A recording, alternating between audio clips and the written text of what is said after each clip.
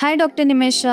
Are you up for a quick rapid fire round? Hi, sure, let's do this. Is it true that irregular periods doesn't necessarily means PCOS? True, irregular periods doesn't always necessarily mean PCOS, but simple things like weight gain, stress, or an unhealthy lifestyle could cause hormonal changes and lead to irregular periods. So, how would you rate relying on painkillers for period cramps on the scale of say 1 to 10? I would rate it 5 on 10. Painkillers for period cramps definitely work, but if you have severe period cramps, then I think you should not rely on painkillers, but definitely visit your gynecologist to understand the root cause. So, severe period pain is something you just have to tolerate. Is it true?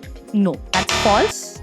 Severe period pain is not normal. Mild to moderate cramps is what we expect normally, but if you're dealing with severe period cramps, what we call as severe dysmenorrhea, it's not normal and you need to see your gynecologist to rule out the underlying cause. So, does white discharge always mean an infection? No, that's also not true. White discharge is what women also experience normally, which is normal, healthy vaginal discharge. But if you notice any change in your normal vaginal discharge, if it's smelly, if it's itchy, if the color looks different, then it could mean an infection. And again, you need to visit your gynecologist to know better.